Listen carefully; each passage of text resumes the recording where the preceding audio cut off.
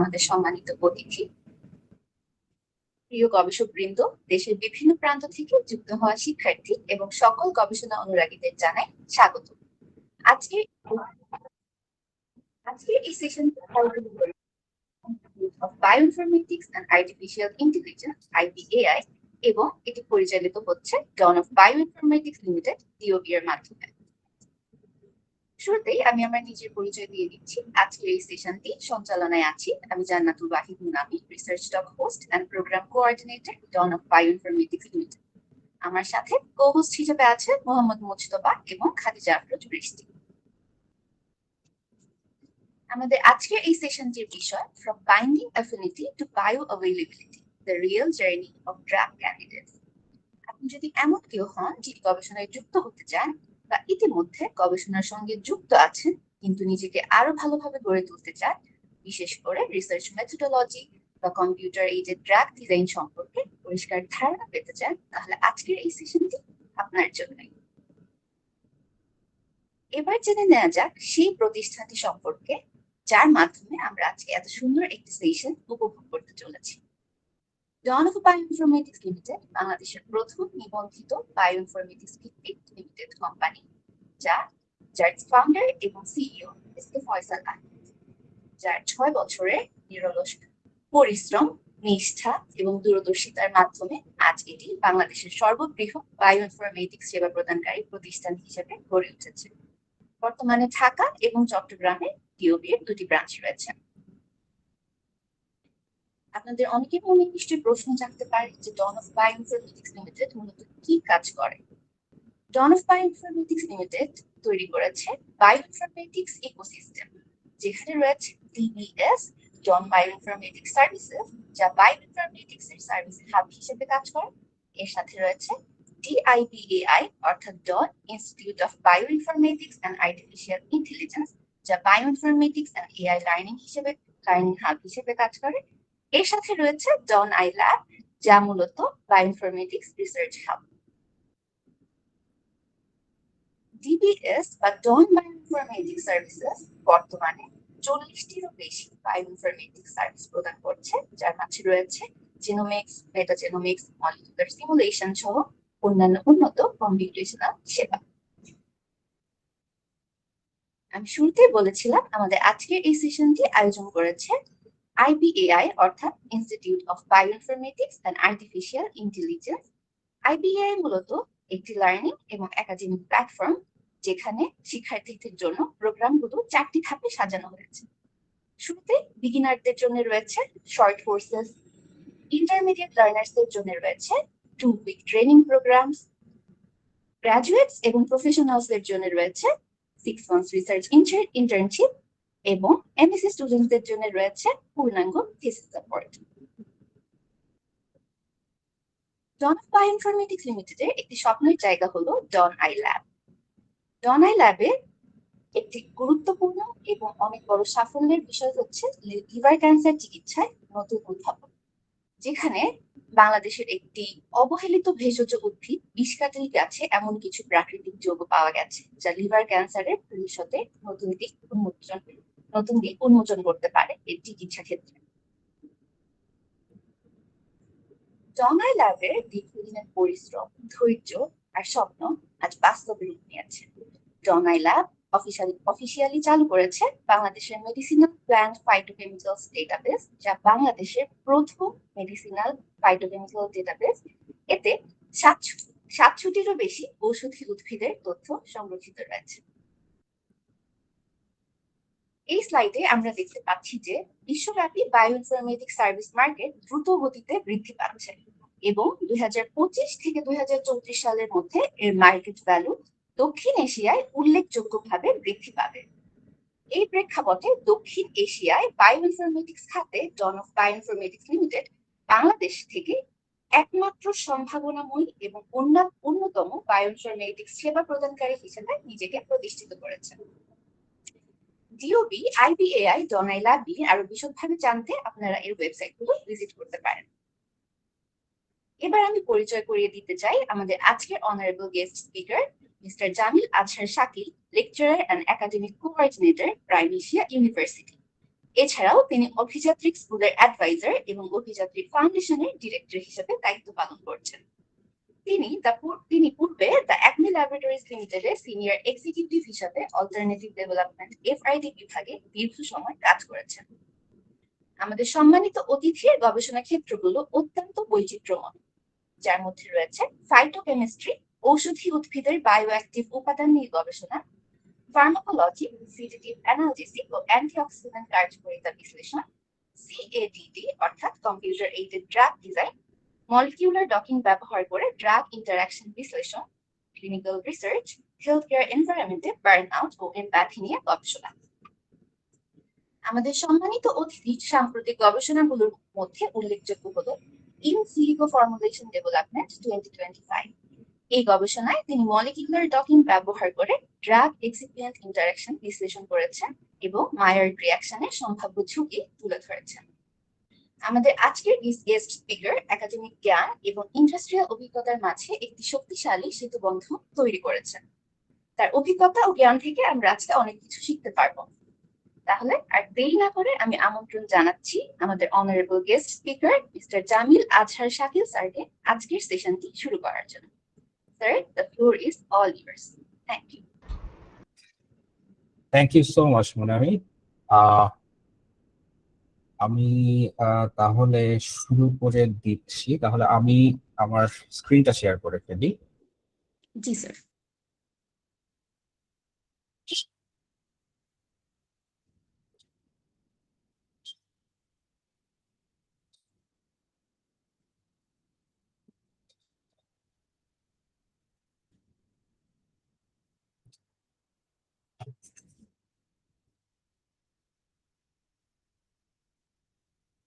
আচ্ছা, আমার স্ক্রিন তো বোধহয় এখন দেখা যাচ্ছে।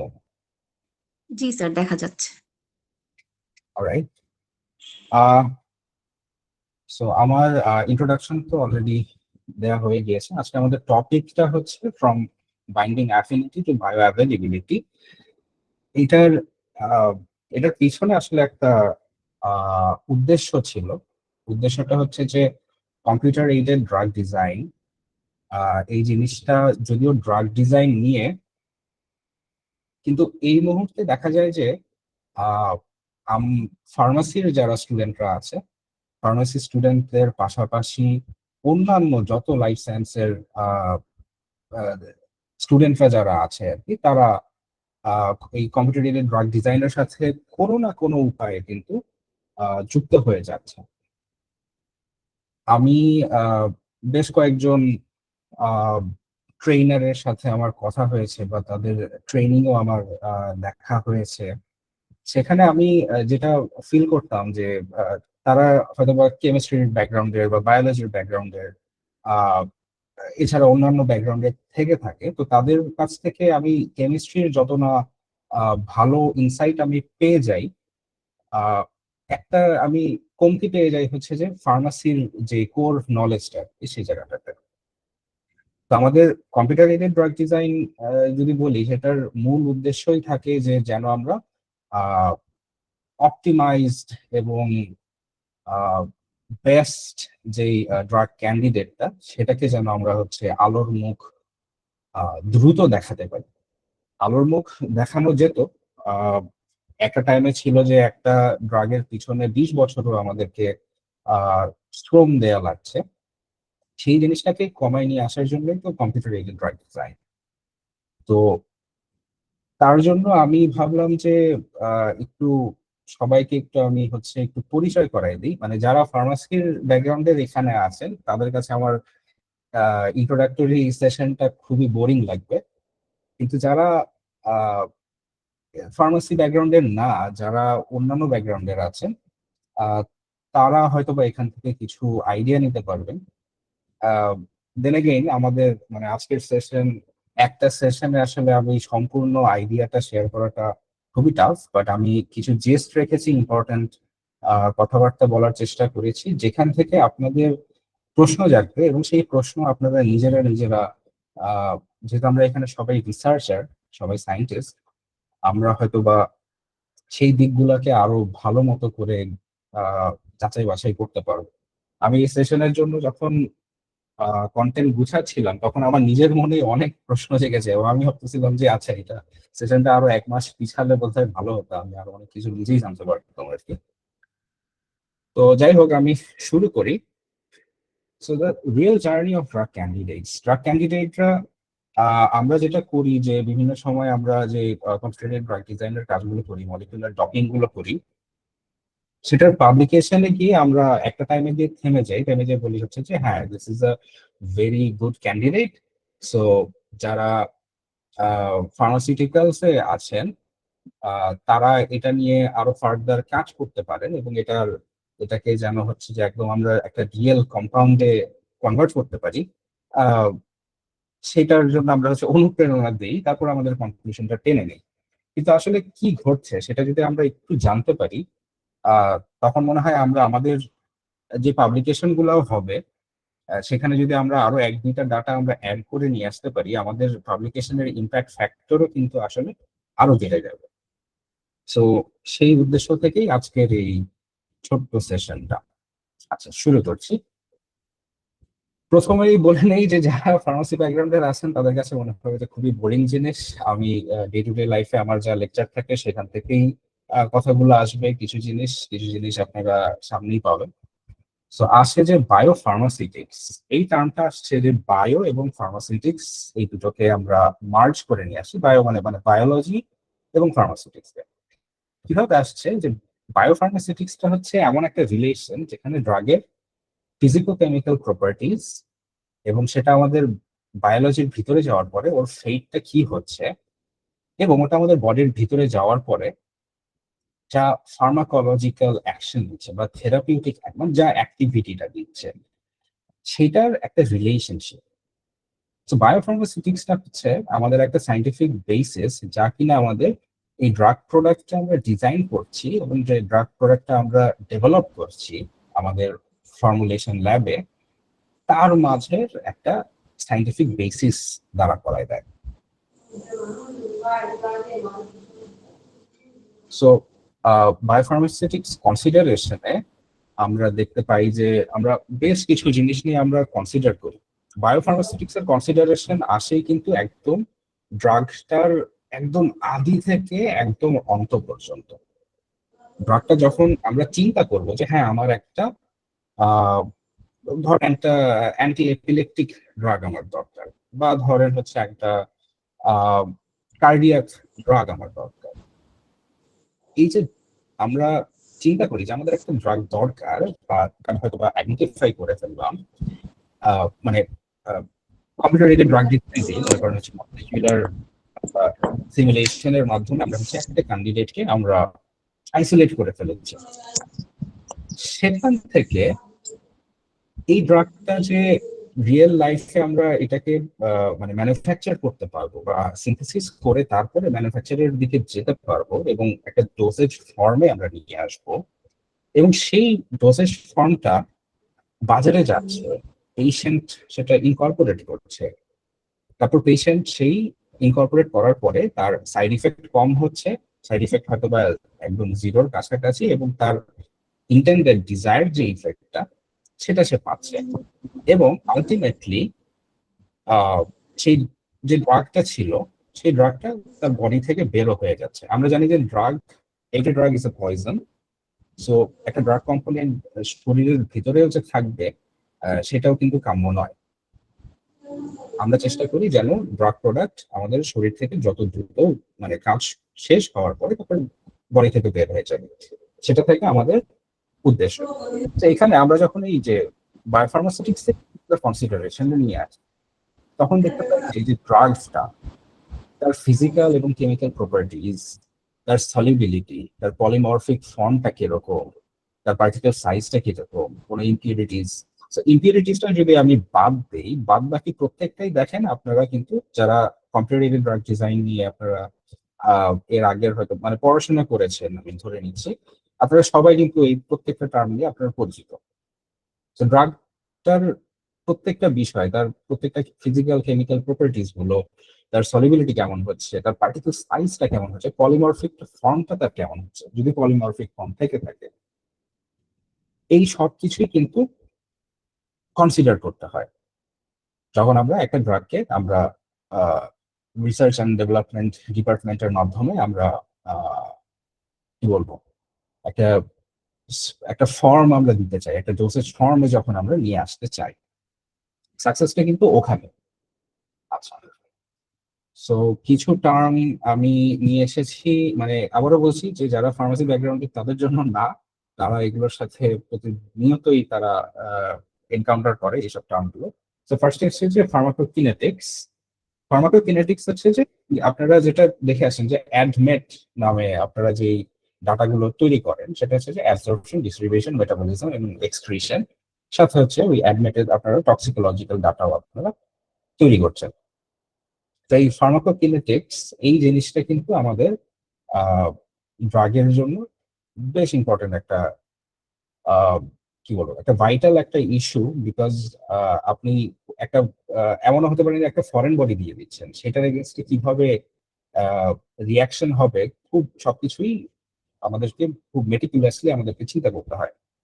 So this particular science determines what happens to a drug from the time it is administered throughout its circulation within the body to the movement when it is ultimately eliminated from the body. তো আপনার বডির ভিতরে যাওয়ার পর থেকে ও যা যা কাজ করছে সবকিছু ফার্মাকোকিনেটিক্স। এটাকে ভাগ করে নিয়ে আসলে ওই যে আমাদের যে এডিএমই, অ্যাবজর্পশন, ডিস্ট্রিবিউশন, মেটাবলিজম, এক্সক্রিশন। আহ এটার হয়তো বা আমার আর ডেসক্রিপশনে না যাওয়া না গেলেও হয় আর কি। অ্যাবজর্পশন হচ্ছে যে আমার বডি যে অ্যাবজর্ব করে নিচ্ছে এবং সেটা আমার ব্লাড পর্যন্ত পৌঁছাচ্ছে ড্রাগ কম্পাউন্ডটা, সেটা। ডিস্ট্রিবিউশন হচ্ছে যে ব্লাডে যাওয়ার পরে ও যে বিভিন্ন অর্গান গুলোতে যাচ্ছে জেনারেল সার্কুলেশনের মাধ্যমে, তাকে তো টার্গেট সাইটে যেতে হবে। আচ্ছা, আমার কথা কি শোনা যাচ্ছে না বোধহয়? স্যার আপনার কথা ক্লিয়ারলি শোনা যাচ্ছে, কিন্তু স্ক্রিন থেকে পাশে যে উইন্ডোটা ওটা সরিয়ে দিলে স্ক্রিনটা ফুল স্ক্রিন দেখা যেত। এই যে এইটা, ও আচ্ছা আচ্ছা, জি, জি। ওকে, এটাকে আমি জানতে পেরেছি, সরিয়ে দিলাম। বাট কেউ একজন মনে হয় বললো যে শুনতে পাচ্ছে না। না স্যার, আপনার কথা ক্লিয়ারলি শোনা যাচ্ছে। ওকে,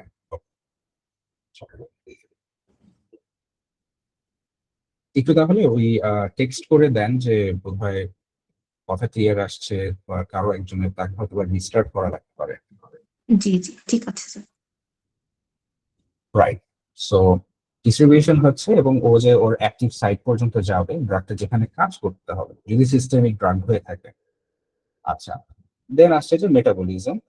মেটাবলিজমের মাধ্যমে আমাদের বডির ভিতরেই ও আইদার ও চেঞ্জ হয়ে যাচ্ছে আমার বডির ভিতরে বিভিন্ন, এটা লিভার সবচেয়ে কমন অর্গান যেখানে মেটাবলিজম ঘটাতে পারে, বাট লিভার বাদেও অন্যান্য কিছু অর্গান আছে যার মাধ্যমে এনজাইমেটিক প্রসেসে ও কেমিক্যালি অল্টার্ড হয়ে যেতে পারে। আমি হয়তো বা প্যারাসিটামল ইনকর্পোরেট করেছি, সেটা মেটাবোলাইজড হয়ে ও প্যারাসিটামলের থেকে অন্য কোনো একটা কেমিক্যাল কম্পাউন্ডে কনভার্ট হয়ে যাচ্ছে।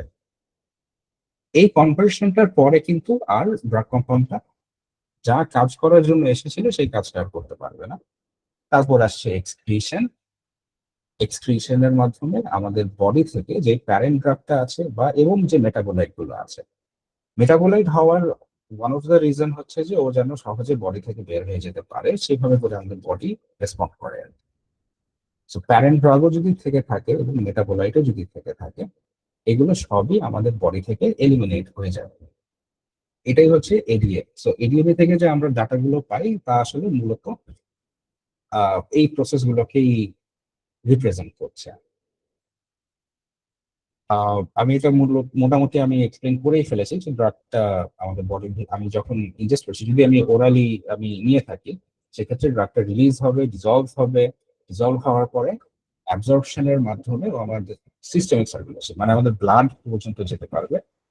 ব্লাডে যাওয়ার পরে ও হচ্ছে ডিস্ট্রিবিউট হবে বিভিন্ন যে টিস্যু আছে সেই টিস্যুর ভিতরে যাবে, সেলগুলোর কাছে যাচ্ছে, যে তার আহ, যেটা অ্যাক্টিভ সাইট, সে যদি কোনো এনজাইমের সাথে যদি বাইন্ড করতে চায় বা কোনো প্রোটিনের সাথে বাইন্ড করতে চায়, যেখানে বাইন্ড করে ও হচ্ছে ওর অ্যাক্টিভিটি শো করবে, তার ফার্মাকোলজিক্যাল ক্লিনিক্যাল ইফেক্টটা দিচ্ছে।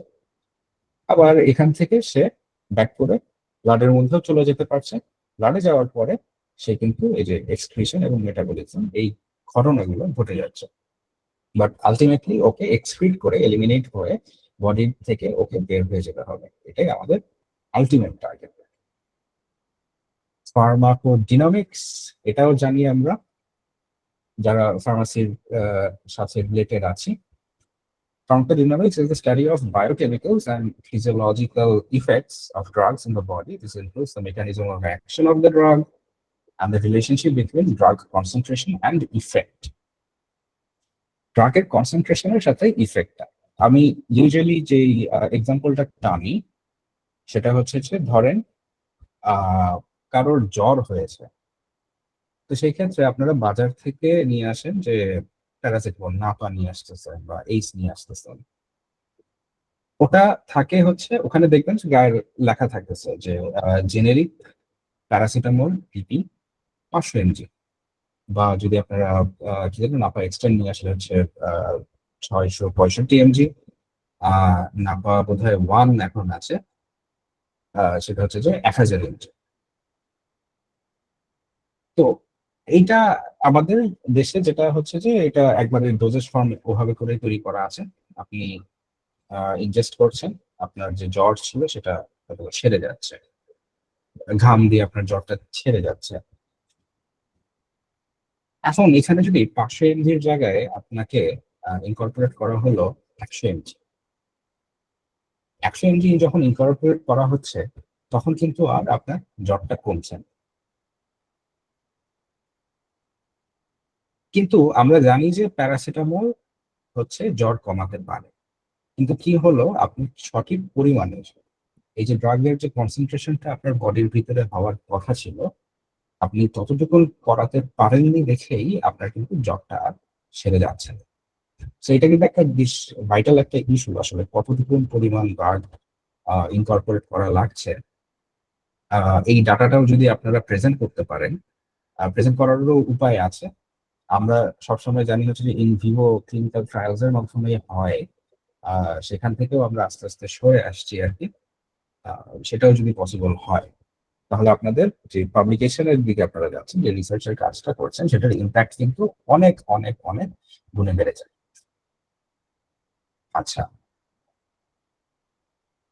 সামনের দিকে যাই।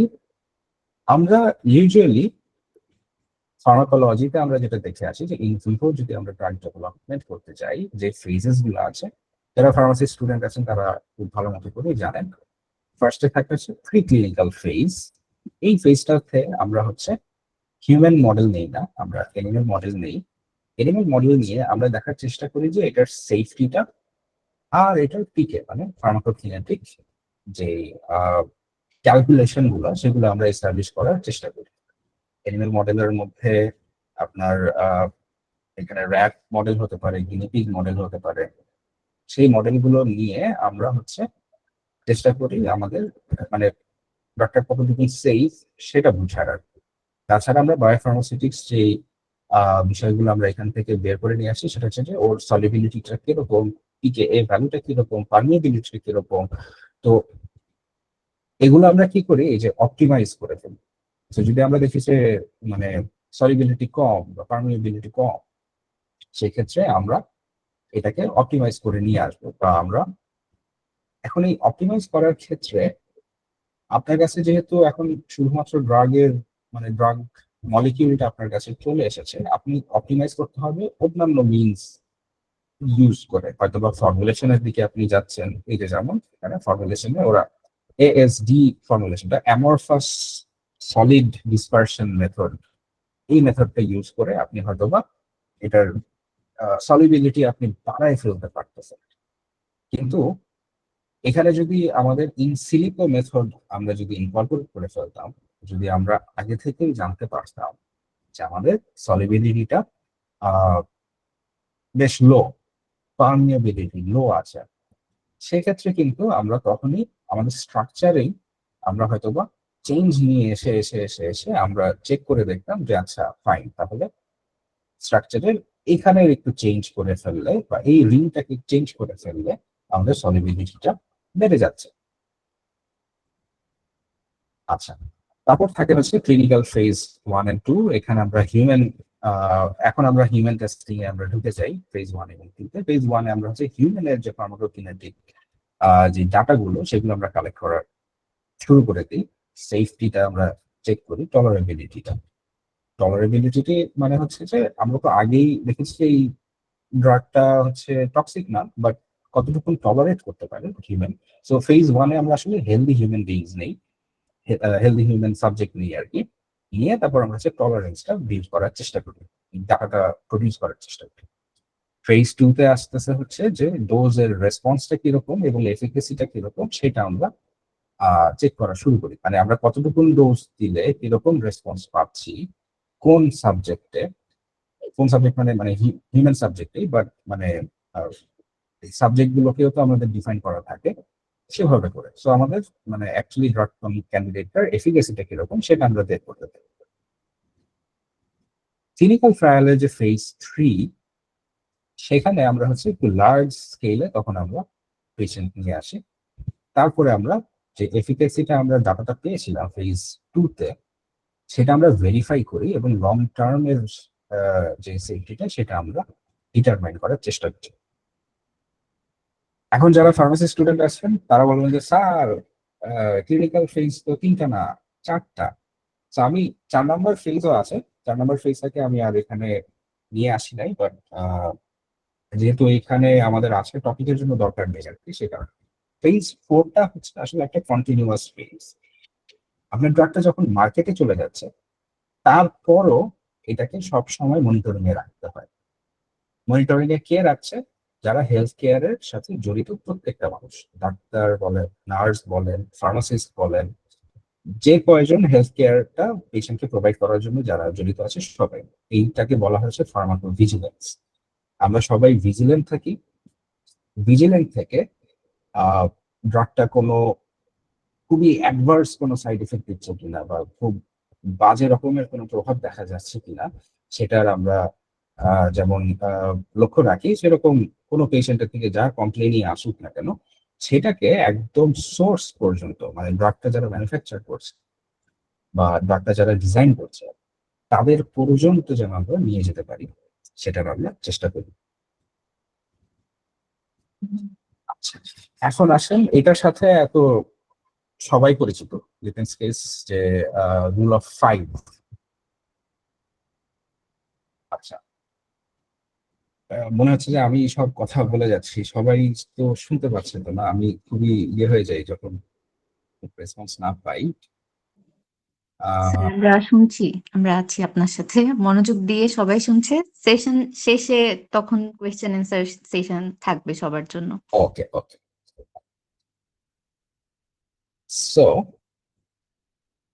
লিপেন্সকি যে রুল অফ 5টা দিয়েছে সেটা হচ্ছে যে 1997-এ উনি এটা ফর্মুলেট করেন। এটাকে ফাইজারস রুল অফ 5ও বলা হয় এবং এটা হচ্ছে যে হিউম্যানে ওরাল অ্যাবজর্পশনের লাইকলিহুডটা প্রেডিক্ট করা। এবং ঠিক আহ, আমি বলবো না প্রেডিক্ট করা বলবো না, বাট এটা মানে ফোকাস করে হচ্ছে যে ফার্মাকোকাইনেটিক প্রপার্টির উপরেই পুরো জিনিসটা ফোকাস করে। নামটা এখানে এই কারণে আসছে যে কারণ হচ্ছে যে যতগুলা রুল আছে প্রত্যেকটাই হচ্ছে 5 দিয়ে মাল্টিপ্লাই করা যায়, এই কারণে রুল অফ 5। বাট এই যে এখানে আমি একটু হাইলাইট করে আসছি, এটা হচ্ছে যে does not predict pharmacological activity. এটা যত কিছুই করুক, ফোকাস করুক, প্রেডিক্ট করুক, যা করুক না কেন, এটা কিন্তু ফার্মাকোলজিক্যাল অ্যাক্টিভিটিটাকে প্রেডিক্ট করতে পারে না। এবং এটা যে পারে না সেটা আমরা একটু সামনে গেলেই দেখতে পারবো। সো রুল অফ 5টা অ্যাকচুয়ালি কি, এটা তো আমরা সবাই জানি যে মলিকুলার ওয়েট যেন 500 ডালটনের থেকে কম হয়, হাইড্রোজেন বন্ড ডোনার যেন 5টা অথবা 5টার থেকে কম হয়, আর হচ্ছে হাইড্রোজেন বন্ড একসেপ্টরও যেন 10টার থেকে কম হয়, 10টার বেশি যেন না হয়। আর সাথে আসতেছে যে lipophilicity calculated oxygen water partition coefficients C log P, এইটা আহ এইটাও হচ্ছে 5-এর থেকে কম হতে হবে। তো সবগুলোই 5-এর ডিনোমিনেটরস দেখে, নিউমারেটরস দেখে আমরা হচ্ছে বলি যে রুল অফ 5। সো লিপিনস্কি যে জিনিসটা বলছে যে আপনি যদি এটাকে এই 4টা জিনিস আপনি যদি মেনটেন করতে পারেন, তাহলে আপনার কম্পাউন্ডটা অবশ্যই অবশ্যই খুবই ভালো একটা ওরাল বায়োঅ্যাভেলেবল একটা কম্পাউন্ড হবে। মানে আপনি যদি ওরালি এটাকে ইনকর্পোরেট করান এই ড্রাগটাকে কোনো মাধ্যমে, ট্যাবলেট হোক, ক্যাপসুল হোক, সাসপেনশন বা সিরাপও যদি পায়, সেই ক্ষেত্রে এর বায়ো অ্যাভেলেবিলিটি, আচ্ছা বায়ো অ্যাভেলেবিলিটি টার্মটা আমরা নিয়ে আসি নাই, বাট বায়ো অ্যাভেলেবিলিটিটা খুব ভালো আসবে। মানে হচ্ছে যে আমাদের ব্লাডে ওটা অ্যাবজর্ব হবে খুব ভালো করে। তো উনি যখন এটা বললো, তারপর সবাই সেটাকেই মানার চেষ্টা করা শুরু করে, এবং এটার কিছু সাকসেস স্টোরিজও ছিল। যেমন হচ্ছে যে আইবুপ্রোফেন। আইবুপ্রোফেনটা সেই 1960s-এ একটা সেফার এনএসএআইডি হিসেবে পাওয়া যায়, যেটা হচ্ছে অ্যাসপিরিনের একটা অল্টারনেটিভ হিসেবে। এটার অ্যান্টি ইনফ্ল্যামেটরি এফিকেসি হচ্ছে জিআই সেফটিটা প্রদান করছে। যেমন আমরা জানি যে অলরেডি যে অ্যাসপিরিনে আমাদের জিআই ট্র্যাক্টে আলসার হওয়ার একটা প্রবণতা থাকে। মানে এত বেশি অ্যাসিড প্রডিউস হয় যে ওখানে আলসার হয়ে যাওয়ার চান্স থেকে যায়। So it's a safer alternative. needed efficient oral absorption for effectiveness. So oral absorption খুব ভালো। সো লিপিনস্কি কে কমপ্লেইন করতেছে বিকজ ওর মলিকুলার ওয়েট হচ্ছে 206, সামথিং ক্যালকুলেটেড লগ পি হচ্ছে 3.4, ডোনার আছে একটা, এক্সেপ্টর আছে 2টা। সো আউটকাম খুব ভালো ছিল। ওর ওরাল অ্যাবজর্পশন রেট 80 থেকে 100%। এফডিএ অ্যাপ্রুভ করে 1974। became one of the most widely used NSAIDs. Ibuprofen even এখনকার দিনেও আহ, বাংলাদেশে একটু কম। বাংলাদেশের কমের পিছনে হিস্ট্রি আমি আর বলতে চাই না কেন কম, বাট আপনি যদি সারা বিশ্বকে দেখেন, দেখবেন হচ্ছে যে আইবুপ্রোফেনটা পেইন কিলার হিসেবে নাম্বার 1 ডক্টররা ফার্স্টলি প্রেসক্রাইব করে হচ্ছে আইবুপ্রোফেন। তারপর আইবুপ্রোফেন না কাজ করলে তখন ডিফারেন্ট দিকে শিফট হয়। আচ্ছা, এরপর আসে হচ্ছে যে এই যে রুল অফ 5, এটা যে আসলে বাইবেল না, তার প্রুফ। মানে রুল অফ 5-এর বাহিরে আপনি যেতে পারবেন, এটা যখন আসলো, এটার একটা এক্সাম্পল দিচ্ছে যে অ্যাটরভাস্টাটিনের ক্ষেত্রে বলছে। অ্যাটরভাস্টাটিন আপনারা জানেন যে এটা একটা কার্ডিওভাস্কুলার ডিজিজের ক্ষেত্রে আমরা ইউজ করতেছি। এটা হচ্ছে হাইপারলিপিডিএমিয়া ট্রিট করে। এটা হচ্ছে একটা HMG কোএনজাইম, যেটা রিডাক্টেস, সেই রিডাক্টেসের ইনহিবিটর। তো আমি আর মেকানিজম অ্যাকশনের দিকে অত বেশি আর যাচ্ছি না। তো এইটার ও কি করছে, লিপিনস্কির যে ক্রাইটেরিয়া ছিল ওর 2টাকে ভায়োলেট করছে। মলিকুলার ওয়েট 558.6 ডাল, যেখানে লিমিট ছিল 500। ক্যালকুলেটেড লগ পি হচ্ছে 5-কে এক্সিড করা যাবে না, আমরা বলছিলাম। এ হচ্ছে 6.36। কিন্তু ও একটা খুব ভালো সাকসেসফুল একটা ক্যান্ডিডেট। ওর ওরাল বায়োঅ্যাভেলেবিলিটি যদিও কম, 14%, কিন্তু তারপরও ও অনেক স্ট্যান্ডার্ড এবং মানে একটা গোল্ড স্ট্যান্ডার্ড ও হচ্ছে প্রডিউস করতে পারছে। এটা কেন করতে পারছে? বিকজ রুল অফ 5 প্রেডিক্ট করেই হচ্ছে প্যাসিভ ডিফিউশনের মাধ্যমে, যে আপনার বডির ভিতরে ড্রাগটা অ্যাবজর্ব হবে প্যাসিভ ডিফিউশনের মাধ্যমে। কিন্তু আচ্ছা, প্যাসিভ ডিফিউশন, অ্যাক্টিভ ট্রান্সপোর্ট, এগুলাও একটু নিয়ে আসা উচিত ছিল, বাট এগুলা আরো মাথা নষ্ট হয়ে যেত, অতটুকু আনতেছি না। বাট আমি বলি হচ্ছে যে অ্যাবজর্পশনের ক্ষেত্রে বেশ কয়েকটা পন্থা আছে। একটা ড্রাগ বলে বা একটা যা কিছুই বলেন, আপনার বডির ভিতরে যে যাচ্ছে সে যে অ্যাবজর্ব হবে, তার বেশ কয়েকটা পন্থা আছে। যারা এখানে ফার্মাকোলজি কোর্স করেছেন তারা খুব ভালো মতোই জানেন। তো প্যাসিভ ডিফিউশন আছে, আর এখানে আছে যে অ্যাক্টিভ ট্রান্সপোর্ট। অ্যাপ্রোভাস্টেটিনটা অ্যাক্টিভ ট্রান্সপোর্টের মাধ্যমে, মানে ও হচ্ছে একটা ট্রান্সপোর্টারকে ধরে, একটা ট্রান্সপোর্টারকে ধরে ওর সাথে এখানে বাইন্ড করার পরে ওকে হচ্ছে ভিতরে টেনে নিয়ে চলে যায়। এটাকে বলা হচ্ছে অ্যাক্টিভ ট্রান্সপোর্ট। যার কারণে ওর বায়োঅ্যাভেলেবিলিটি কম, কিন্তু যতটুকুনি ওর শরীরের ভিতরে অ্যাভেলেবল থাকতেছে সেটা বডির ভিতরে চলে যাচ্ছে খুব ইজিলি, যার কারণেই ও খুব সাকসেসফুল হয়ে গেছে। এখানে আমি আরেকটা জিনিস তুলে ধরছি, আপনারা দেখেন যে অ্যাটোভাস্টাটিন ও নিজে সোলো, ওর স্ট্রাকচারটা এরকম, আর এদিকে আছে হচ্ছে অ্যাটোভাস্টাটিন ক্যালসিয়াম ট্রাইহাইড্রেট, দুইটা অ্যাটোভাস্টাটিন স্ট্রাকচারের সাথে ক্যালসিয়াম এবং 3 অণু পানি যুক্ত অবস্থায় আছে। এটা কেন নিয়ে আসলাম, এটা একটু পরে এটা রহস্য উদ্ঘাটন হবে। তো এরকম কিছু নোটেবল কিছু যে রুল ভায়োলেট করেছে তার কিছু এক্সাম্পল আমরা এখানে পাচ্ছি। অ্যান্টিবায়োটিকের মধ্যে আছে রিফাম্পিসিন, ও হচ্ছে ইন্টেস্টাইনাল ট্রান্সপোর্টার কি ইউজ করে আর কি। অ্যান্টিফাঙ্গাল হচ্ছে ইট্রাকোনাজোল, ও হচ্ছে পি গ্লাইকোপ্রোটিন মেডিয়েটেড এন্টেরোহেপাটিক রিসার্কুলেশনটাকে ও ইউজ করে, মানে এন্টেরোহেপাটিক রিসার্কুলেশন ও হচ্ছে গ্যাস্ট্রোইন্টেস্টাইনাল ট্র্যাক্ট এবং যে আমাদের লিভার আছে ওর মধ্যে একটা রিসার্কুলেশন একটা প্রসেস আছে, যেটা কিনা গ্লাইকোপ্রোটিন ইউজ করছে, মানে গ্লাইকোপ্রোটিন এটাকে চালাচ্ছে। তো ও ওই রিসার্কুলেশনকে ইউজ করে ও হচ্ছে বায়োঅ্যাভেলেবল হয়ে যাচ্ছে। ন্যাচারাল প্রোডাক্টের মধ্যে আছে erythromycin, combination of passive diffusion and active transport, হচ্ছে প্যাসিভ ডিফিউশনের মাধ্যমেও অ্যাবজর্ব হয়, অ্যাক্টিভ ট্রান্সপোর্টের মাধ্যমে ও হচ্ছে অ্যাবজর্ব হচ্ছে।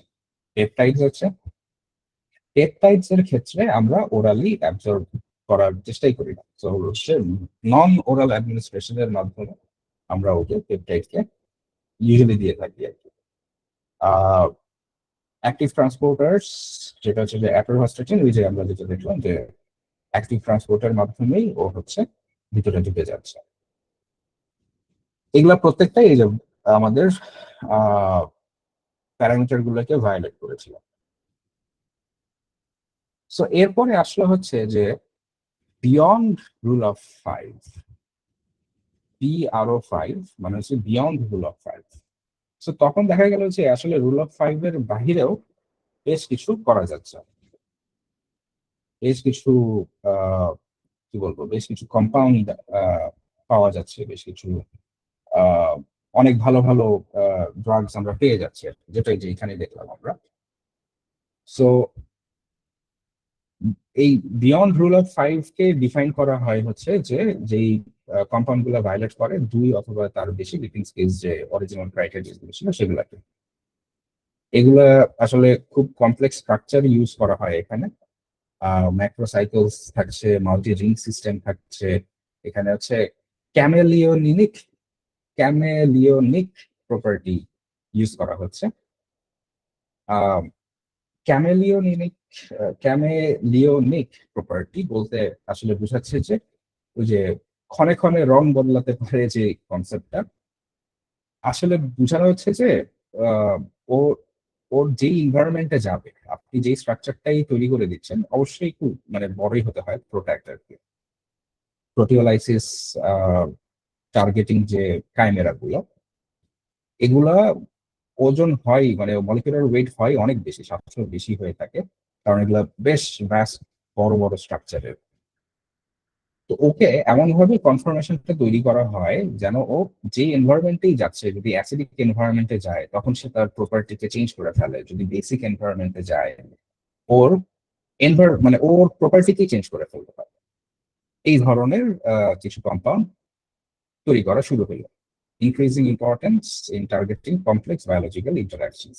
So যখন কমপ্লেক্স বায়োলজিক্যাল ইন্টারাকশন নিয়ে আমরা কাজ করতে গেলাম তখনই হচ্ছে আমরা এই প্রোট্যাক্ট গুলা বা ক্যামেলিওনিক যে প্রপার্টি আর কি, সেটার ক্যামেলিওনিক প্রপার্টিরই একটা এক্সাম্পল হচ্ছে প্রোট্যাক্ট গুলো। আচ্ছা, সো এই বিয়ন্ড রুল অফ ফাইভ যে কম্পাউন্ড গুলা, সেগুলোর সময় আমরা মানে ইঞ্জিনিয়ারিং করতে গেলে কি কি আমাদের মাথায় রাখতে হবে। তো এই যে অ্যাক্টিভ ট্রান্সপোর্টটাকে আমরা এক্সপ্লয়েট করতে পারি, যে আমরা প্যাসিভ ডিফিউশন না করেই আমরা হচ্ছে শুধুমাত্র অ্যাক্টিভ বা কোন একটা ট্রান্সপোর্টারকে ইউজ করে অ্যাক্টিভ ট্রান্সপোর্টের মাধ্যমে আমরা হচ্ছে ওকে আমাদের বায়োঅ্যাভেলেবিলিটিতে নিয়ে আসছে, আমাদের ব্লাডে ওকে নিয়ে আসতেছে। রিসার্কুলেশনটাকে আমরা ইউজ করছি, ইফ্লাক্স যে ট্রান্সপোর্টার গুলো সেগুলোকে আমরা ইউজ করে নিয়ে আসতে পারি। তো বাইপাস টার্গেটেড আপটেক একটা ট্রান্সপোর্টারকে টার্গেট করায় নিয়ে আসতে পারি আমরা, অথবা হচ্ছে রিসার্কুলেশন যে ইফ্লাক্স ট্রান্সপোর্টার গুলো আছে সেগুলোকে আমরা ইউজ করতে পারি। এছাড়া ওই যে ক্যামেলিনিক যে প্রপার্টির কথা বলবো, যে আমরা মলিকিউলার ক্যামেলিয়নিজমের দিকে আমরা যেতে পারি, আমরা স্ট্রাকচারের এবং কেমিক্যালের ডিজাইনটাই এমন ভাবে করে নিয়ে আসতে পারবো যেন ও যে এনভায়রনমেন্টের সাথেই ও কি বলবো ইন্ট্রোডিউসড হচ্ছে, ও ওইটাকে মাথায় রেখে ও ওর প্রপার্টিতে কিছু চেঞ্জ নিয়ে আসতেছে। চেঞ্জ নিয়ে এসে ও তারপরে আপনার বডির ভিতরে অ্যাবজর্ব হয়ে নিয়ে চলে আসতে পারতেছে। ইভেন এটা শুধুমাত্র যে অ্যাবজর্পশনের ক্ষেত্রে তাও না, আমি এটাকে বলতে পারি যে যখন অ্যাক্টিভ সাইটে যাচ্ছে, যেখানে গিয়ে কাজ করবে আপনার ড্রাগটা, ওখানে যাওয়ার পরও কিন্তু মাইট খেয়ে যেতে পারে। আপনার ড্রাগ হয়তো বা সেখানে ভিতরে যেতে পারছে না,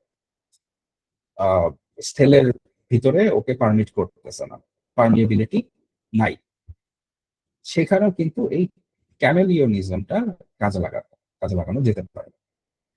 ফাংশনাল মোডালিটি ওই যে প্রোটাইপস গুলো আছে, প্রোটিওলাইসিস টার্গেটিং কাইমেরা গুলো আছে, এগুলা কি করে যে it is an innovative drug technology designed to remove specific unwanted or disease causing proteins by hijacking the body's own protein degradation system. So ও কি করতেছে যে এমন ভাবে ও মানে প্রোটিনের ডিগ্রেডেশন ঘটাবে, সেটাকে টার্গেট করাই ওর কাজ। মানে কি বলবো, যে ড্রাগটা আপনার বডির ভিতরে গিয়ে কোন একটা রিসেপ্টরের সাথে বাইন্ড করে প্রোটিনটাকে, যেই প্রোটিনটা হচ্ছে ডিজিজ কজ করতেছে, সেই প্রোটিনটাকে ও নিজেই ডিগ্রেড করা শুরু করাই দিবে। এভাবে করে আপনার বডির ভিতরে থেকে ও ধরেন ইভেন অ্যান্টিবায়োটিক ইফেক্টও দিতে পারতেছে। এরপর আসতেছে যে কেমিক্যাল মাস্কিং। কেমিক্যাল মাস্কিং এটা সব ফার্মাসিস্টের ক্ষেত্রে আমি বলবো হচ্ছে যে খুব জনপ্রিয় একটা concept, product concept. Product concept নিয়ে বোধহয় যারা ফার্মাসিস্ট এখানে আছেন তারা মোটামুটি মোরলেস পরিচিত আছেন। প্রোডাক্ট কনসেপ্টটা হচ্ছে আপনার অ্যাকচুয়াল যে ড্রাগ,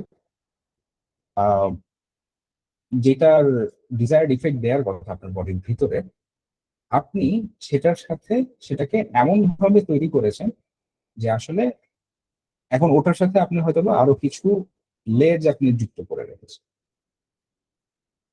এবং এই লেজ যুক্ত করার কারণে এই যে পুরো যে ড্রাগ প্রোডাক্টটা এটা আপনার বডিতে যাওয়ার পরে ও অ্যাকচুয়ালি কোনো ইফেক্ট দিতে পারে না।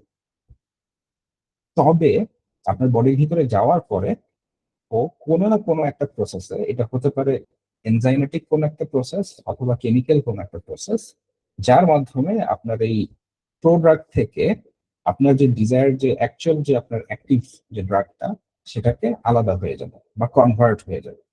হয় আলাদা হয়ে যাবে অথবা কনভার্ট হয়ে যাবে। কনভার্ট হওয়ার পরে এরপর ওর যা কাজ করার জন্য ও আপনার বডির ভিতরে গিয়েছিল সেই কাজগুলো ও করা শুরু করে দেবে। সো এটা কেন আমরা করছি, যে মানে আমরা কেমিক্যাল ডিজাইনটা এমন ভাবে করছি যে ধরেন যে বায়ো অ্যাভেলেবিলিটির কথাই যদি আমি বলি, যে অ্যাবজর্পশন খুবই কম আপনার অ্যাকচুয়াল যে ড্রাগ প্রোডাক্টটা, ওকে যদি আপনি প্রোডাক্ট করে আপনি আপনার বডির মানে পেশেন্টকে ইনকর্পোরেট করাতে পারেন, তখন কি হবে, ও হচ্ছে ওর অ্যাবজর্পশনটা বাড়ায় দিচ্ছে। সেভাবেই আপনি সিলেক্ট করেছেন প্রোডাক্টটাকে, ওভাবেই ধরেন আপনি ডিজাইন করেছেন। অ্যাবজর্পশন বাড়িয়ে দিল, অ্যাবজর্পশন বাড়ানোর পরে আপনার বডির ভিতরে গেল, অ্যাভেলেবল হলো, মানে আপনার ব্লাডে এটা সম্পূর্ণভাবেই ও হচ্ছে অ্যাভেলেবল হয়ে গেল। তখন ও যেই ফর্মে গেলে অ্যাকচুয়ালি কাজ করার কথা, ওই ফর্মে কনভার্ট হয়ে যায় কোনো না কোনো মেকানিজম দিয়ে। বেশ কিছু মেকানিজম আছে। আচ্ছা, এইটা যেমন একটা উপায়। আরেকটা কেমিক্যাল মাস্কিং হচ্ছে অল্টারনেটিভ সলিড ফর্মস, বা হচ্ছে সল্ট ফর্মে অথবা ক্রিস্টাল ফর্ম। এই সল্ট ফর্মটা সবচেয়ে জনপ্রিয়। আমরা যারা ফর্মুলেশন সায়েন্টিস্ট ছিলাম, সল্ট ফর্মটা ছিল আমাদের জন্য সবচেয়ে পছন্দের।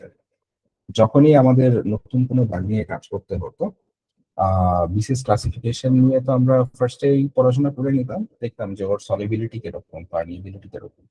সলিবিলিটি আর পার্মিয়াবিলিটি যদি দুইটাই খুব খারাপ হয়ে থাকে কোনো ড্রাগ প্রোডাক্টের, মানে আমরা যখন ট্যাবলেট ফর্ম করতে যাব, তখন আমাদের পরবর্তী ধাপের রিসার্চটাই থাকে হচ্ছে যে আমার এই অ্যাক্টিভটার কোনো সল্ট ফর্ম বাজারে পাওয়া যায় কিনা। কেন এই আমরা সল্ট ফর্মটা খুঁজি? বিকজ এই সল্ট ফর্মটা আমাদের যে থার্মোডাইনামিক যে সলিবিলিটি ব্যারিয়ার গুলো থাকে ওগুলাকে ও খুব ইজিলি পার করে ফেলতে পারে। ওর সলিবিলিটিকে বাড়ায় দেয়, ওর পার্মিয়াবিলিটিটাকে বাড়ায় দেয়। সো যার কারণে ওই যে আমি বলেছিলাম যে পরবর্তীতে বলবো, অ্যাটোরভাস্টাটিন ও নিজেই বেশ ভালো কাজ করে, কিন্তু তার যেটা salt form atorvastatin calcium trihydrate, এটাই কিন্তু আপনারা যখন বাজারে দেখবেন যে অ্যাটোরভাস্টাটিনের জেনেরিকটা দেখবেন, লেখা থাকবে, দেখবে হচ্ছে যে অ্যাটোরভাস্টাটিন ক্যালসিয়াম। এই ক্যালসিয়াম টুকুন অ্যাড করাই আছে কিন্তু যে ওর বায়ো অ্যাভেলেবিলিটিটাকে বাড়িয়ে দেওয়ার জন্য, আরো ইজিলি যেন ও আপনার বডির ভিতরে যে কাজ করতে পারে তার কারণে।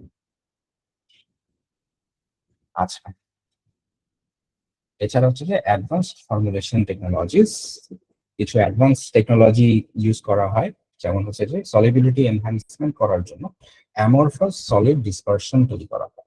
অ্যামরফাস মানে যার কোনো মর্ফ নেই, যার কোনো আকার আকৃতি নেই।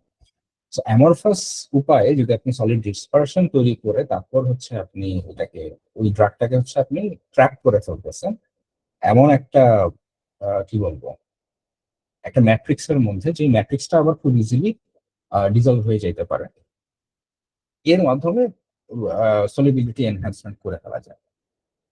এছাড়া হচ্ছে lipid based delivery, implementing SEDS to mimic natural lipid absorption pathways for highly lipophilic compounds. আচ্ছা, আমাদের বডির ভিতরের যে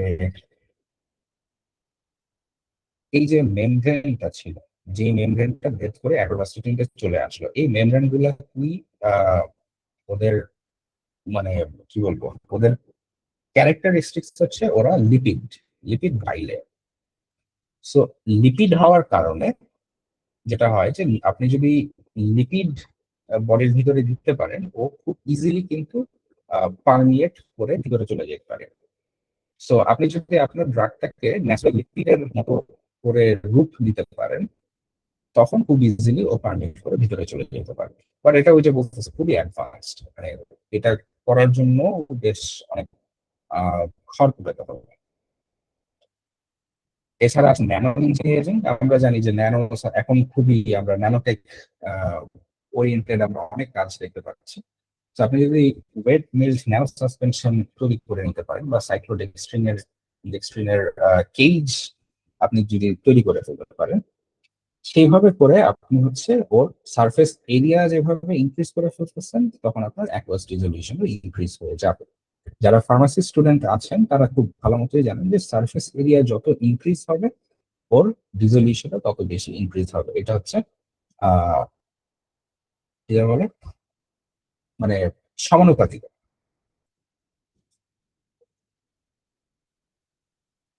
এরপরে আসতেছে আমাদের এখন লেটেস্ট টেকনোলজিতে এআই ড্রিভেন অ্যাডমেন্ট প্রেডিকশন যেগুলো আছে, এগুলো আমার থেকে আপনারা আরো খুব ভালো মতো জানেন এসব জিনিসগুলো। রিজিড রুলের বাহিরে গেলে আমরা হচ্ছে ওই যে র্যান্ডম ফরেস্টের অ্যালগোরিদম আছে, লাইট জিবিএম এর অ্যালগোরিদম আছে, এগুলো আমি মানে আমিও এত ভালো মতো এগুলো জানি না আর কি, এগুলো আমি জাস্ট ডাটা পেলাম দেখে নিয়ে আসলাম।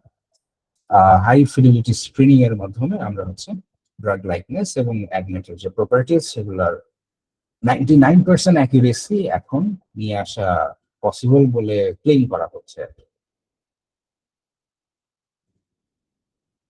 Untouchable clinical spaces. আচ্ছা,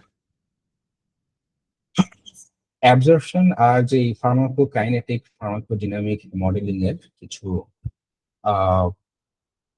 সফটওয়্যারের উদাহরণ আমি এখানে নিয়ে এসেছি। গ্যাস্ট্রোপ্লাসের মাধ্যমে ওরা হচ্ছে ওরাল অ্যাবজর্পশন, ডিসোলিউশন, আর হচ্ছে impact of gastric pH, particle size on drug mass, এগুলা ও আপনাকে এই একই প্রেডিক্টেড ডাটাই দিচ্ছে, বাট ভালো কিছু ডাটা দিচ্ছে। স্টিম সাইট ওরা হচ্ছে population based simulator that integrates human physiological and genetic data to predict drug interactions, ড্রাগের সাথে অন্য ড্রাগের ইন্টারাকশন গুলো এবং ফুডের যে ইফেক্ট, এটা কিন্তু একটা বিশাল বড় একটা ব্যাপার আর কি। এই ফুডের ইফেক্ট নিয়েও চাইলে পুরো একটা সেশন নিয়ে নেওয়া যায়, ড্রাগের সাথে ফুডের ইফেক্ট। আচ্ছা, সো ওরা হচ্ছে এই ডাটাগুলা প্রোভাইড করতে থাকে। বায়ো রিলেভেন্ট টুলস মিম্বা এবং Stella are utilized to guide dissolution testing and establish clinical absorption parameters. So ওরা হচ্ছে dissolution testing এর ক্ষেত্রে গাইড করতে পারে আর কি, এই সফটওয়্যার।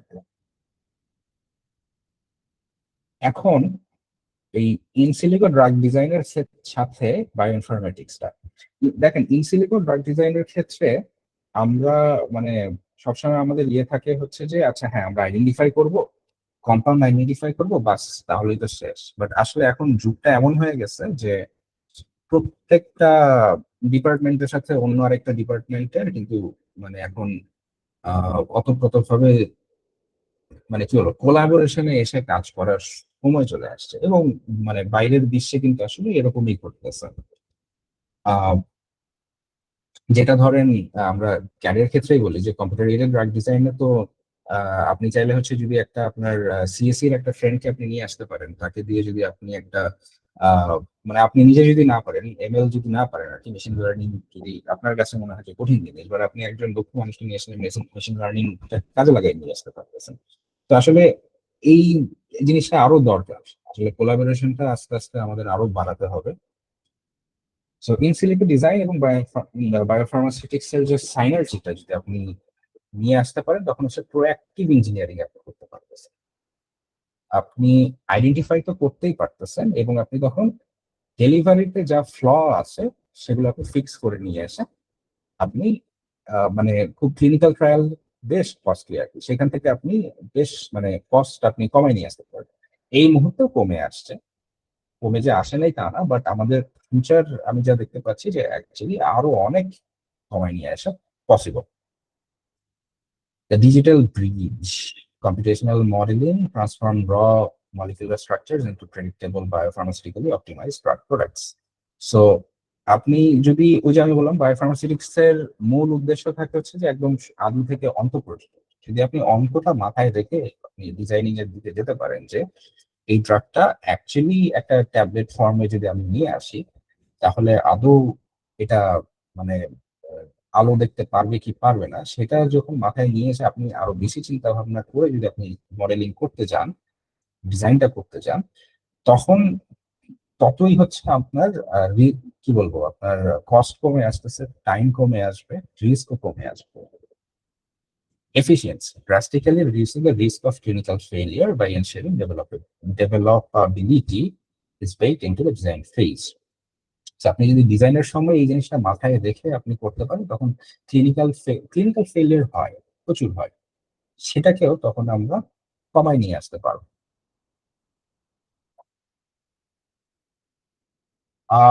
রেফারেন্স হিসেবে আমি এই তিনটাই ইউজ করেছি বায়োফার্মাসিউটিক্স এর ক্ষেত্রে, এবং কম্পিউটেশনাল এর সাথে যে বায়োফার্মাসিউটিক্স কে কিভাবে কাজে লাগানো যায় সেই কয়টা রেফারেন্স। সো আমার তরফ থেকে এ পর্যন্তই। ধন্যবাদ সবাইকে, খুবই সাইলেন্টলি শুনেছেন। সো মুনামি, আমি আপনাকে পাস করছি। আমি কি তাহলে স্টপ করে দেবো শেয়ারিং? জি স্যার, আপনি এখন স্টপ করে দিতে পারেন। ওকে ওকে স্যার, আপনাকে অসংখ্য ধন্যবাদ। আপনার এত সুন্দর ও তথ্যবহুল আলোচনা থেকে আমরা নিঃসন্দেহে অনেক কিছু শিখতে পেরেছি। এখন যারা আমাদের সাথে যুক্ত আছেন তাদের জন্য একটি দারুণ সুযোগ। আপনাদের আজকের এই সেশন রিলেটেড যে কোনো ধরনের প্রশ্ন থাকলে আপনারা কমেন্ট বক্সে লিখে জানাতে পারেন অথবা হ্যান্ড রেজ করতে পারেন। আমাদের সম্মানিত স্পিকার আপনাদের প্রশ্নগুলোর উত্তর দিবেন। আচ্ছা, একজন হ্যান্ড রেজ করেছে, খাদিজা বৃষ্টি। জি আপু বলেন। আসসালামু আলাইকুম স্যার। ওয়ালাইকুম আসসালাম। স্যার আমি ফার্মাসি ব্যাকগ্রাউন্ডের স্টুডেন্ট না, বাট আপনার যে সেশনটা আসলে অনেক বেশি ইনসাইটফুল ছিল আমার জন্য। আহ, আমার আজকে কোশ্চেনটা হচ্ছে এই যে যে ড্রাগটা ধরেন আমাদের বডির ভিতরে আমরা দেখবো অন্য কোনো কেমিক্যালের সাথে ইন্টারেক্ট করতে পারে, তো বলছিলেন যে ওইটাকে তাহলে আমরা হচ্ছে কেমিক্যালি কিছু গ্রুপ অ্যাড করে বা কিছু গ্রুপ রিমুভ করে হচ্ছে আমরা ওটাকে মডিফাই করতে পারি। তো এটা কি আমরা ইন ভিট্রোতে করব? আর যদি করি তাহলে হচ্ছে মানে কিভাবে করব আর কি, যদি একটু এক্সাম্পল দিয়ে বুঝাতেন তাহলে ভালো হতো। ওকে, আচ্ছা, খুবই ভালো কোয়েশ্চেন। এটা হচ্ছে ওই যে প্রোডাক্ট কনসেপ্ট আর কি। তো প্রোডাক্ট কনসেপ্টের এই জিনিসটা ইন ভিট্রোই ঘটবে, হ্যাঁ অবশ্যই। ইন ভিট্রোই আমাদেরকে এমন ভাবে ড্রাগটাকে অর্নামেন্ট দিয়ে সাজাতে হবে যেন এটা আমাদের বডির ভিতরে যাওয়ার পরে তারপর হচ্ছে বাদ বাকি যেটা ইনঅ্যাক্টিভ অর্নামেন্ট ওগুলো সরে যাবে। আচ্ছা, সো সেটা সরে, আচ্ছা একটা কোয়েশ্চেন এসেছে, আচ্ছা ওকে, এটা তারপর আমি অ্যাড্রেস করছি। সো অর্নামেন্ট গুলো সরে যাবে, ইনঅ্যাক্টিভ পোর্শন গুলো সরে যাচ্ছে, আর আপনার অ্যাক্টিভ পোর্শনটা থেকে যাচ্ছে। এখন এই জিনিসটা যেমন ওই যে অ্যাসপিরিন, অ্যাসপিরিনের কথা যে বললাম, অ্যাসপিরিন অ্যাকচুয়ালি হচ্ছে আহ, আমাদের বডির ভিতরে যায়, অ্যাকচুয়ালি কাজ করে হচ্ছে স্যালিসাইলিক অ্যাসিড। কিন্তু এই স্যালিসাইলিক অ্যাসিডটা যদি আপনি ওরালি নেন, এই যে অ্যাসপিরিনটা আপনি যদি মানে অ্যাসপিরিন না নিয়ে আপনি যে স্যালিসাইলিক অ্যাসিড যদি আপনি ইনকর্পোরেট করতেন, আমাদের পেটে যাওয়ার পরে ও যে রিয়াকশনটা করে ওটাতে অ্যাসিড, আমাদের মানে স্টোমাকে তো অ্যাসিড প্রডিউস হয়, অ্যাসিড প্রোডাকশনের পরিমাণ এত বেড়ে যায় যে একটা টাইমে আপনার পেট ফুটো হয়ে যাবে, আলসারেশন ঘটে যাবে। যার কারণে স্যালিসাইলিক অ্যাসিডের সাথে অ্যাসিটাইল যে মূলক, এই অ্যাসিটাইল মূলককে আমরা কি করি, অ্যাড করে দিয়ে অ্যাসিটাইল স্যালিসাইলিক অ্যাসিড বা অ্যাসিটাইল স্যালিসাইলেট সল্ট ফর্মে আর কি। এইটাই হচ্ছে কিন্তু অ্যাসপিরিন। এই অ্যাসপিরিনকে তারপরে হচ্ছে আমরা যখন ট্যাবলেট আকারে আমরা ইনকর্পোরেট করছি, তখন আর কিছু ঘটছে না। কেন ঘটছে না?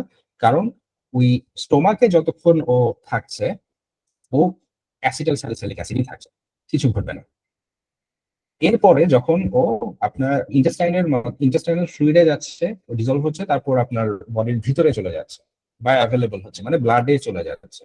ব্লাডে যাওয়ার পরে একটা এনজাইমের সাথে ও রিয়াকশন ঘটে অ্যাসিটাইল যে পোর্শনটা ওটা কেটে ফেলে, কেটে ছেড়ে ফেলে, আর বাকি যে স্যালিসাইলিক অ্যাসিড ও রয়ে যায়। এখন যেহেতু ওই যে স্টোমাকের পোর্শনটা পার করে ফেললো, এখন আপনার স্যালিসাইলিক অ্যাসিড গিয়ে ওর ওর অ্যাক্টিভ সাইট, ও অ্যাক্টিভ সাইটে গিয়ে বাইন্ড করবে এবং আপনার যে স্যালিসাইলিক অ্যাসিডের যে কাজ, পেইন রিলিফ করা, সেটা ও প্রোভাইড করতে পারতেছে। এছাড়াও ধরেন আমি আরেকটা উদাহরণ দিই, লেভোডোপা। অ্যাথলেটিস ডিজিজের ক্ষেত্রে আমরা হচ্ছে লেভোডোপা ইউজ করি, বা এল-ডোপা নামে এটা হচ্ছে পরিচিত। এই লেভোডোপা জিনিসটা কিছু না, এটা হচ্ছে ডোপামিন। ডোপামিনের জাস্ট আরেকটা ফর্মে ওকে আমরা ইনকর্পোরেট করি।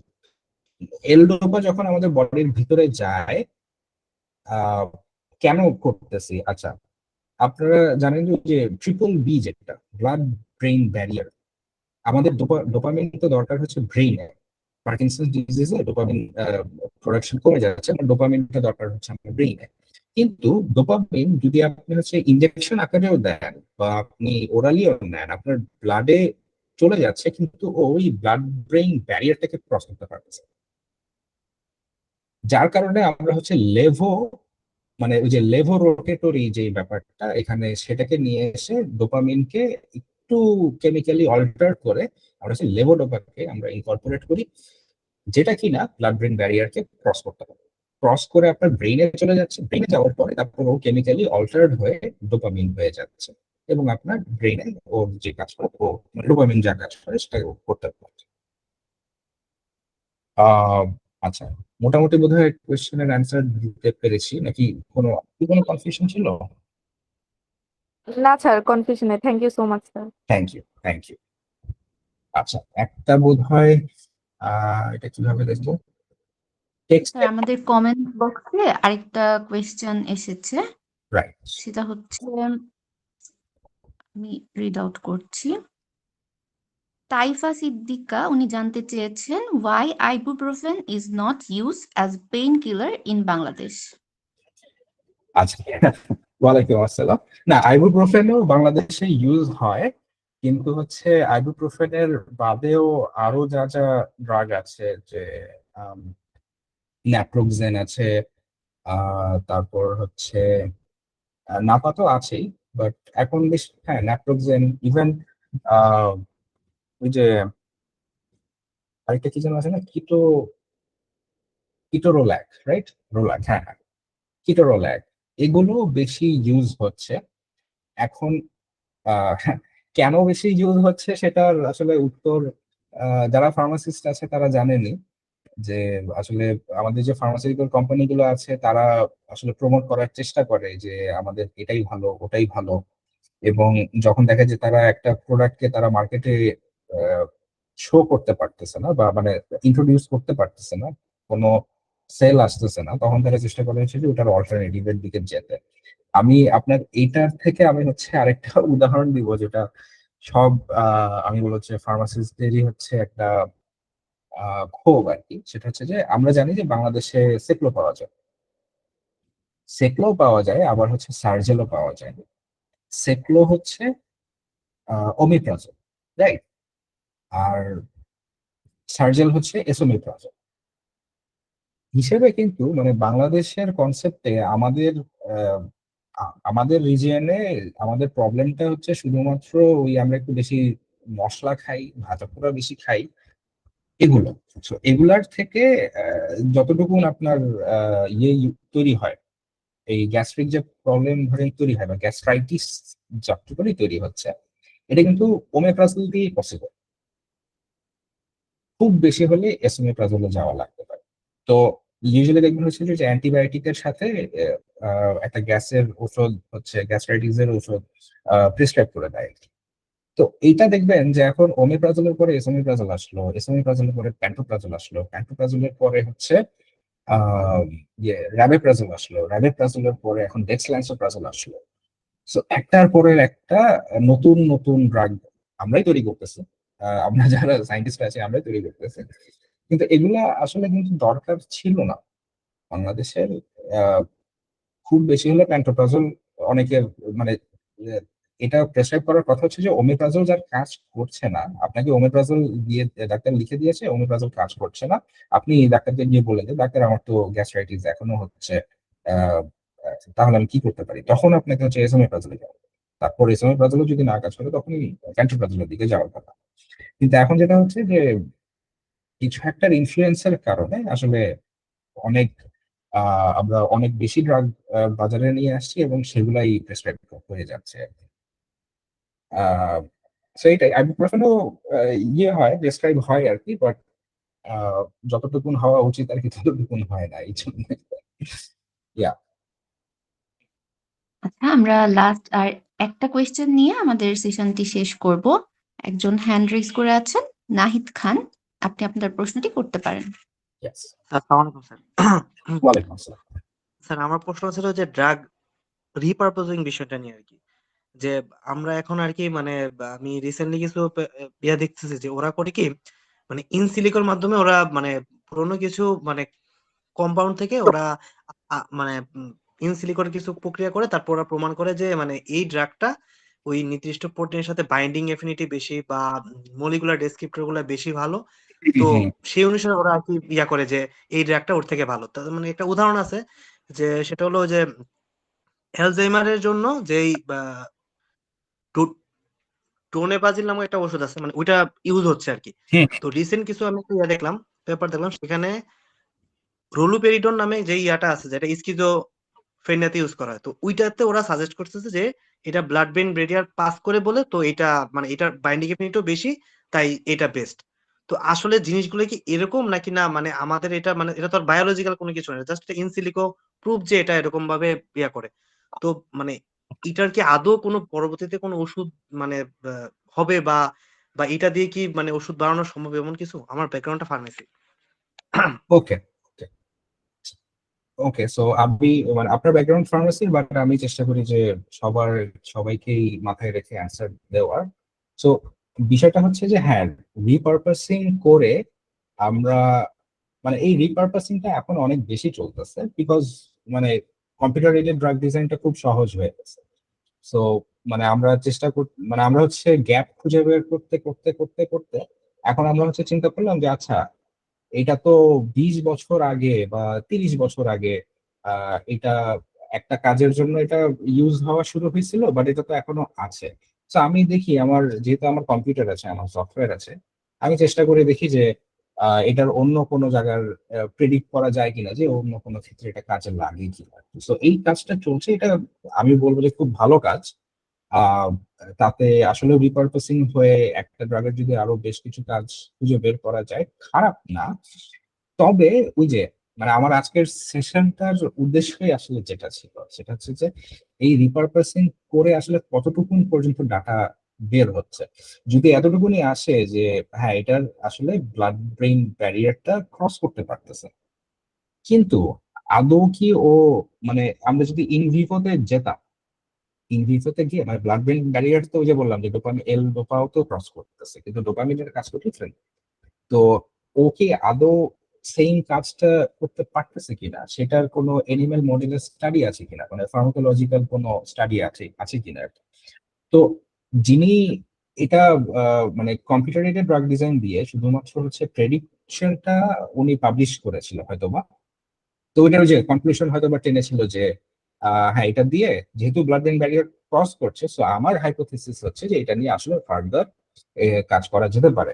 বাট আসলে কাজটা করবে কে? সো এই এই ধরনের কিন্তু এখন পেপার, লাখ লাখ পেপার তৈরি হচ্ছে আমি বলবো।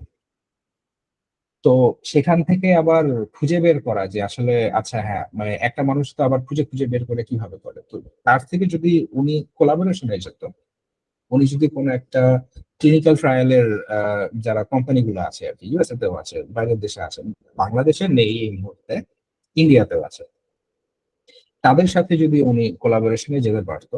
আমি ইউএস এর একজন ক্লিনিক্যাল ট্রায়ালের একটা কোম্পানিতে উনি কাজ করছেন, আমাদের প্রাণীর সাথে উনি এসেছিলেন, মাসুদ পারফেক্ট ভাই। ওনার সাথে কথা হচ্ছিল, উনি বলল যে ওনাদের এখন এমন অবস্থা যে আপনি যেই ড্রাগই দিচ্ছেন বা যেই কেমিক্যাল কম্পাউন্ডই আপনি তাকে দিচ্ছেন, ওরা 3-4 মধ্যে সিনথেসিস করে ফেলতে পারতেছে। ওদের কাছে এটা এখন ছেলে খেলার মতো হয়ে যাচ্ছে। তো সেই ক্ষেত্রে যদি এরকম কোলাব করে অ্যাকচুয়ালি কোনো ক্লিনিক্যাল ট্রায়ালের ডাটা যদি বের করে তারপরে হচ্ছে উনি এটাকে পাবলিশ করতে পারেন ওনার ডাটাটা, তাহলে আপনি বুঝতে পারছেন ইম্প্যাক্টটা কোথায় হইতো। মানে উনি এখন হয়তো হচ্ছে আহ, নোবেল নোবেল বেশি হয়ে যাবে, বাট মানে অনেক ভালো তো রেকগনিশন পেতে পারতো, তাই না? তো আমার আজকের এই সেশনটার উদ্দেশ্যটাই এটাই ছিল যে মানে আমরা যদি আস্তে আস্তে আর একটু আন্ডারস্ট্যান্ডিং এ আসি এবং কোলাবোরেশনেও যেতে পারি আর কি, গিয়ে গিয়ে কিন্তু আমরা আসলে আমাদের যেখানে ইস্তফা টানি আমাদের রিসার্চ গুলো কম্পিউটার ড্রাগ ডিজাইনের, সেটাকে যদি আরেকটু আমরা ওয়েট ল্যাবে না গেলেও ওয়েট ল্যাবে যাওয়ার ঠিক আগ মুহূর্ত পর্যন্ত যদি ডাটা আমরা তৈরি করে নিয়ে আসতে পারি আর কি, হলেও কিন্তু বেশ ইম্প্যাক্টফুল হয়। আর ওয়েট ল্যাবের সাথে কোলাবোরেশনে যেতে পারলে তো বিন্দাস। আমার যেই আহ, ইয়েটা যে রিসার্চ পেপারটা আর কি, ওটা কিন্তু এই ড্রাই ল্যাব এবং ওয়েট ল্যাবের সংমিশ্রণ আর কি। যেটা ড্রাই ল্যাবে যে ডাটাটা পাওয়া গিয়েছিল, সেটা কিন্তু ওয়েট ল্যাবেই আবার চেক করে দেখা হয়েছে, এবং চেক করে দেখা গিয়ে অ্যাকচুয়ালি কিন্তু দেখা গিয়েছে যে আসলে সামঞ্জস্য 50-50, কিছু মিল পাওয়া গিয়েছে, কিছু মিল পাওয়া যায় নাই। কিন্তু তারপর আমরা কনক্লুশন টেনেছি যে এটা একটা প্রমিসিং একটা ফিল্ড। এই এই ফিল্ডে অ্যাকচুয়ালি এখন পর্যন্ত কেউ কাজ করে নাই, সো আমাদেরটা থেকে ইন্সপায়ার্ড হয়ে যদি আরো কেউ কাজ করে, so এটাই কিন্তু মূল উদ্দেশ্য ছিল। Yes, I hope that answered your question. জি স্যার, ধন্যবাদ sir. Yes, thank you so much. অসংখ্য ধন্যবাদ স্যার। আপনি এত সুন্দর এবং ইনসাইটফুল একটি সেশন আমাদেরকে উপহার দিয়েছেন, সেজন্য আবারও ধন্যবাদ জানাচ্ছি। আর এই সেশন জুড়ে আমাদের সাথে যারা উপস্থিত ছিলেন তাদের সকলকেও ধন্যবাদ। আজকের এই সেশনটি আমরা এখানেই শেষ করছি। Yes, thank you everyone. Thank you institute of bioinformatics and artificial intelligence, thank you DOB, সবাইকে অসংখ্য ধন্যবাদ। আবার হয়তো বা কোনোদিন দেখা হবে ইনশাআল্লাহ। ইনশাআল্লাহ।